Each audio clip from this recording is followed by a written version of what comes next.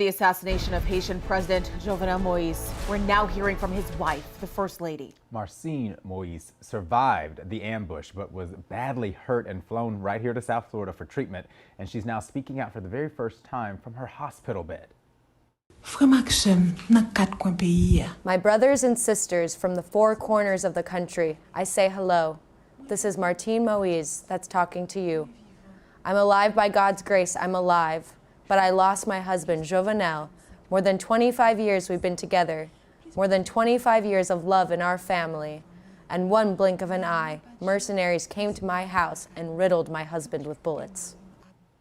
And First Lady Martine Moïse, went on to say her husband's death won't be in vain. Her message comes as the country now deals with a constitutional crisis. True prime ministers are fighting for power as new interim president comes into the picture.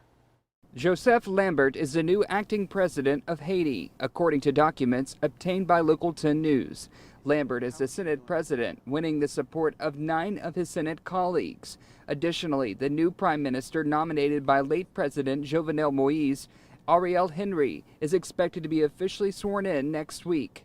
2 men are now claiming to be prime minister. Henry was supposed to be installed on the day of the assassination. Claude Joseph is the interim prime minister. President Moïse was apparently tortured in his home when he was killed. And it was at the moment when the acting prime minister was talking about who the president was and what he stood for that he became emotional. Calvin, there were tears in his eyes. Brand new video from Haiti recorded at the home where 4 suspects were killed in a shootout Wednesday. And from the White House, a commitment to help. We will be sending senior FBI and DHS officials to Port-au-Prince as soon as possible to assess the situation and how we may be able to assist. Haiti's interim government said Friday that it asked the U.S. to deploy troops to protect key infrastructure as it tries to stabilize the country and prepare the way for elections in the aftermath of the assassination of President Moïse. So far, nearly 30 people have been arrested. 2 men with South Florida ties. One of them is James Salage, who, according to state records, ran a nonprofit from a suite in this North Lauderdale strip mall. Documents show it is active and is called Jacmel First on the website. There is a picture of a man who appears to be Salage. And in this online video, Salage talks about charitable work. The 35-year-old is reportedly from Jacmel, a city southeast of Port-au-Prince. And I saw this video also, but sorry, I don't want to make any comment.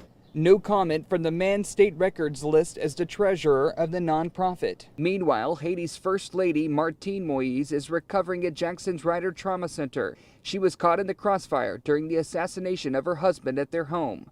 The prime minister apparently making her a promise. He gave her his word that he will seek justice for what happened to her husband, and that's why he has called on the U.S. authorities to send in more troops and investigators to help them catch the people responsible for this assassination.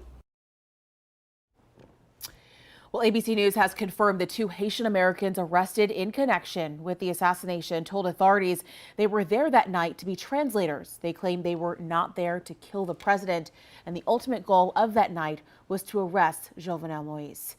Now you can count on Local 10 for up-to-the-minute coverage and updates out of Haiti. Look for continuing coverage on air and online over at local10.com.